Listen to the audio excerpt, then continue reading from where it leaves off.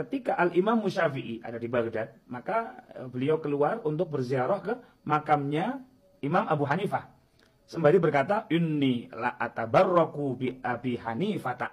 Kisah Imam Syafi'i datang bertabarruk dan bertawassul di kuburan Abu Hanifah, maka kata para ulama, kisah ini adalah dusta yang mengatasnamakan Imam Syafi'i rahimahullahu ta'ala. Lantas bagaimana Anda mengatakan Imam Syafi'i ini justru dia datang ke kuburan Abu Hanifah bertabarruk dan bertawassul di sana? Siapapun mereka, hatta sampai Imam Syafi'i atau imam-imam yang lainnya, kalau memang apa yang mereka ucapkan atau apa yang mereka perbuat, kalau menyelisihi Nabi Shallallahu Alaihi Wasallam, ingat, tidak bisa kita jadikan sebagai argumentasi pendalilan yang kemudian itu kita jadikan sebagai pondasi dalam kehidupan kita.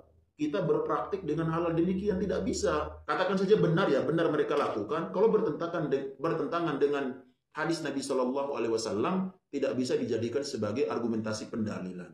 Karena memang jelas sekali di dalam hadis riwayat Irbad ibn Sariyah, Nabi berkata kepada kita, kalau ada perselisihan ya, pegang dengan sunnahku dan sunnah khulafa ar-rasyidin yang 4. Bukan pegang dengan sunnahnya apa? 4 imam madhab, bukan. Boleh kita pegang kalau memang apa yang mereka berikan pendapat sejalan dengan sunnah Nabi SAW. Kalau menyelisih, apa manfaatnya Anda pegang dengan pendapat-pendapat demikian?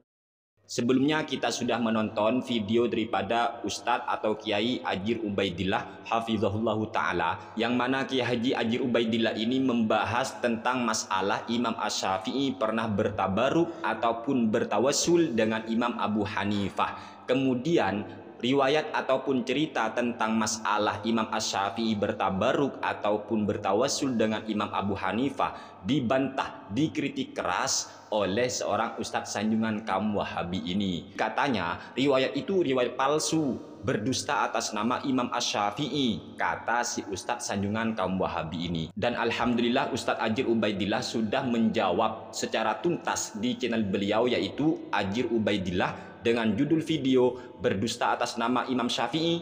Mari kita bahas bersama Kiai Haji Ajir Ubaidillah. Di video ini Ustadz Ajir Ubaidillah sudah menjawab secara tuntas tuduhan ataupun kritikan yang dilakukan oleh Ustadz sanjungan kaum Wahabi tersebut. Monggo ditonton. Dan rasanya apa yang dinyatakan atau yang dijelaskan oleh Kiai Ubaidillah Ajir ini sudah sangat cukup sekali, sehingga kami tidak butuh lagi untuk membeberkan ataupun menjelaskan dalil-dalil tentang masalah tawassul ataupun masalah tabaruk. Dan memang kawan-kawan, yang dikritik oleh Ustadz Wahabi ini sebenarnya bukan masalah riwayat Imam Asy-Syafi'i, apakah beliau pernah bertabaruk ataupun bertawassul dengan Imam Abu Hanifah. Bukan ini sebenarnya yang menjadi titik poin kritikannya, melainkan orang ini, Ustadz Wahabi ini, memang anti terhadap tabaruk dan sangat anti terhadap tawassul. Itu poinnya. Makanya di video yang berikutnya itu dia jelaskan, andai kata Imam Asy-Syafi'i ataupun imam-imam yang lain melakukan hal yang demikian,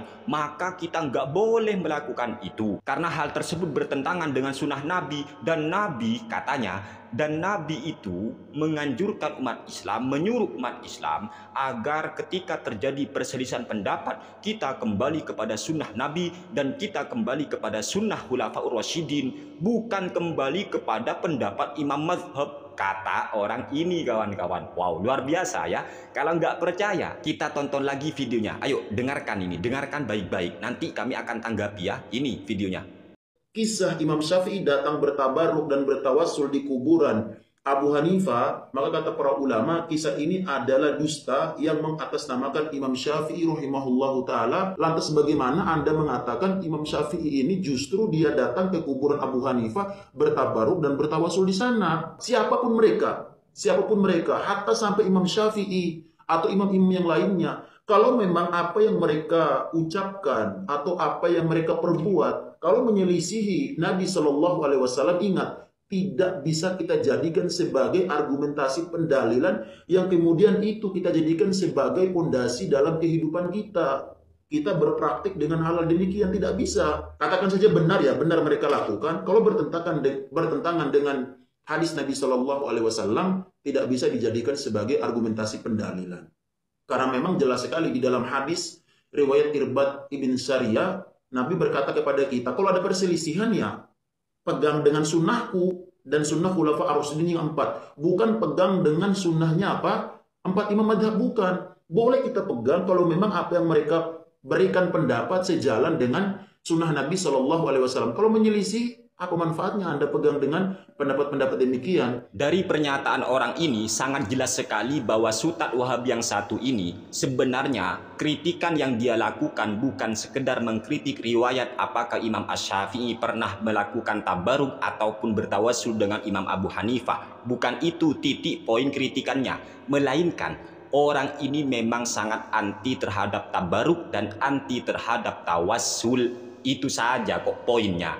Oleh sebab itu dia katakan, andai kata Imam Asy-Syafi'i ataupun imam-imam yang lain melakukan hal yang demikian ataupun bertabarruk dan bertawassul tadi, andai kata itu benar sahih riwayatnya, kita tetap gak boleh menjadikan hal yang demikian sebagai dalil kita. Lalu dia lanjutkan, bukankah Nabi sudah bersabda, nanti kalau seumpama terjadi perselisihan pendapat, kita harus kembali kepada sunnah Nabi, kembali kepada sunnahnya Khulafaur Rasyidin, bukan kembali kepada pendapat imam mazhab. Luar biasa. Kesannya orang ini lebih paham, lebih ngerti maksud hadis Nabi ataupun maksud daripada firman Allah daripada para imam mazhab. Kayak apa alimnya orang ini ya? Sehingga kalau pendapat imam mazhab itu tidak sesuai dengan apa yang ia inginkan, dia itu berani sekali sok-sokan berteriak kembali kepada Al-Quran, kembali kepada hadis. Terus kembalinya pakai opo, ha? Kalau sekelas imam mujtahid saja yang sudah diakui oleh seluruh umat Islam tentang keilmuannya terhadap teks-teks nas ataupun Al-Quran dan hadis, kalau seorang mujtahid 4 imam mazhab masih kita ragukan, masih kita tuduh salah itu, apalagi kayak orang seperti ini, ya jelaskan secara akal, ya gimana ya? Imam Syafi'i bisa salah, Imam Malik bisa salah, Imam Abu Hanifah bisa salah, Imam Ahmad bin Hambal bisa salah. Terus orang seperti ini salah sangat bisa kan ya? Luar biasa. Teriak-teriak, ayo kembali kepada Al-Quran, ayo kembali kepada hadis. Nabi berhenti makan sahur sebelum waktu sholat subuh, malah imsak atau berhenti makan sahur sebelum waktu subuh dituduh bid'ah oleh para sutad-sutad Wahabi. Kan repot. Nabi dan sahabat itu pernah melakukan sholat duha secara berjemaah. Oleh sutad-sutad Wahabi dikatakan sholat duha berjemaah itu bid'ah. Nabi berdoa setelah selesai sholat maktubah, malah dianggap bid'ah, tidak boleh berdoa kepada Allah selesai sholat maktubah. Itu kata Ustadz Wahabi yang bernama Khalid Basalamah. Kan repot jadinya, teriaknya kembali ke hadis, teriaknya kita amalkan sunnah, tapi justru sunnah Nabi disalahkan, dipersoalkan, bahkan dituduh bid'ah akibat kebodohan dan minim referensi. Taunya kan cuma kullu bid'atin dolalah, itu aja ya.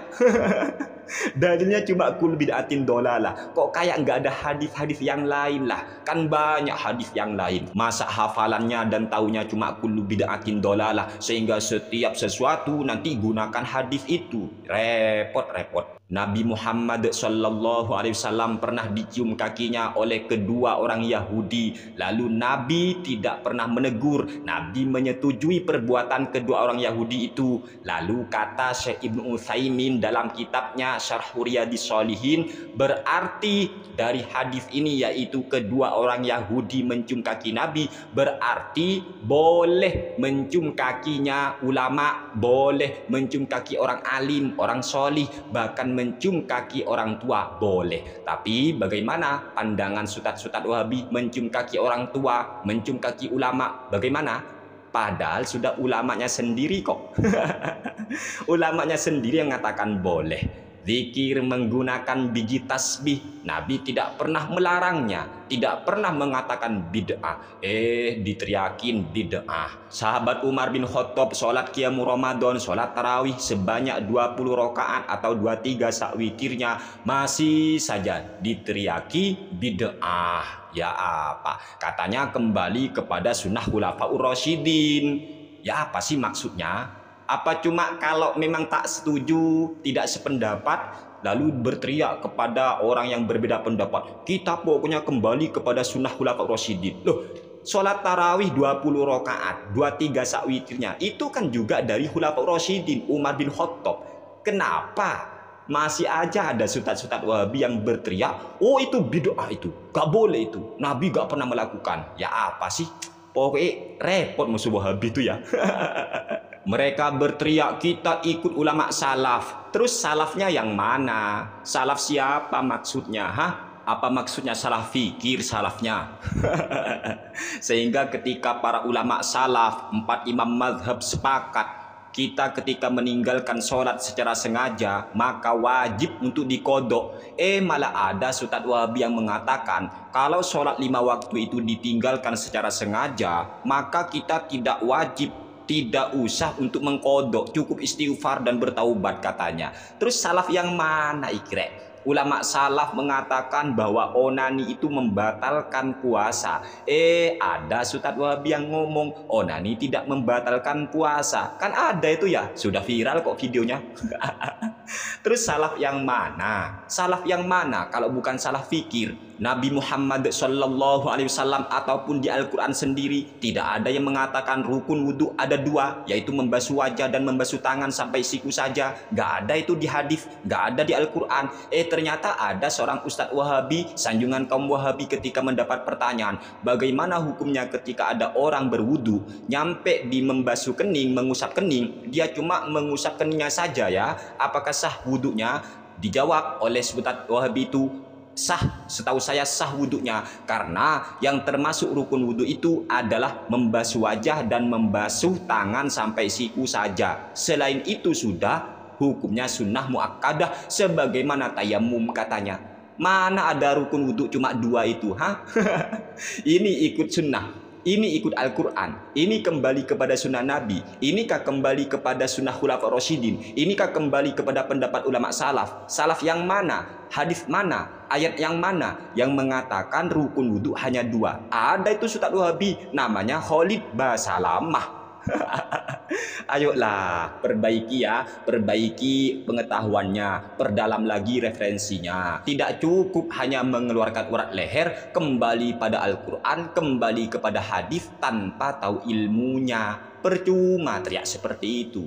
Perdalam ya, perdalam, perbanyak referensinya. Jangan malas membaca. Baca itu karya-karya ulama, bagaimana pandangan ulama mengenai hadis ini, apa sih maksudnya hadis ini. Karena mau tidak mau bertanya kembali kepada pendapat ulama, tiada lain tiada bukan kita mengamalkan ayat suci Al-Quran, kita mengamalkan hadis Nabi Muhammad Sallallahu Alaihi Wasallam. Idza usidal amru ila ghairi ahlihi fantadhiris sa'ah. Ketika agama atau urusan apapun sudah, kalau dipasrahkan kepada orang yang bukan ahlinya, kita tinggal nunggu kehancurannya. Begitu juga dengan agama ini kawan-kawan. Begitu juga dengan teks ayat suci Al-Quran ataupun sunnah Nabi Muhammad, hadis Nabi Muhammad Sallallahu Alaihi Wasallam. Kalau diserahkan kepada orang yang bukan ahlinya, ya kita tinggal menunggu kehancuran agama itu sendiri. Masa para imam mazhab masih disalahkan dengan berteriak imam mazhab tidak maksum? Imam Abu Hanifah, Imam Malik, Imam Asy-Syafi'i, Imam Ahmad bin Hambal itu bisa salah. Iya, kita katakan mereka semua manusia biasa, mereka juga bisa salah. Tetapi ingat, apalagi sekelas kita. Kalau para imam mazhab yang keilmuannya sudah diakui oleh seluruh umat Islam, kita katakan ini salah, ini keliru, ini tak sesuai dengan ayat, ini tak sesuai dengan hadis. Yo apalagi kita ini loh. Siapa kita ini kalau dibanding para ulama? Ayo. Mikir. Jadi poinnya di sana kawan-kawan. Orang ini sebenarnya bukan mengkritik riwayat Imam Asy-Syafi'i apakah pernah bertawasul dengan Imam Abu Hanifah. Bukan masalah riwayat ini sahih atau tidak yang dia kritik sebenarnya, melainkan orang ini memang anti tawassul, anti tabarruk, meskipun Nabi Muhammad Sallallahu Alaihi Wasallam juga bertabarruk. Dan masalah ini sebenarnya sudah lama sekali kami membahasnya. Silakan tonton sendiri di video-video kami yang sebelumnya. Cari sendiri, kami sudah membahas masalah Nabi Muhammad SAW pernah bertabarruk. Semoga apa yang kami sampaikan bermanfaat untuk kita semua. Kurang lebihnya kami mohon maaf yang sebesar-besarnya. Ayo kita jangan pernah berhenti belajar, karena alam semesta tak pernah bosan mengajar. Wallahu a'lam. Wassalamualaikum warahmatullahi wabarakatuh.